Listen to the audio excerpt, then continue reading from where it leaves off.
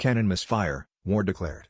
Vatican City once accidentally declared war on Italy because of a misfired ceremonial cannon.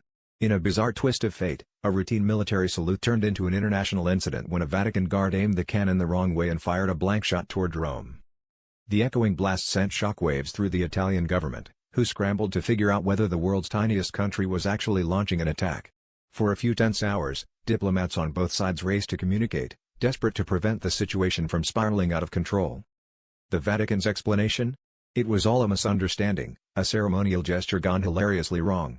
But for a brief moment, the world's holiest city was on the brink of war with its only neighbor, all thanks to a single cannon with lousy aim. This accidental declaration of war became the talk of Europe, proving that even the most peaceful places can stumble into chaos with just one bang in the wrong direction.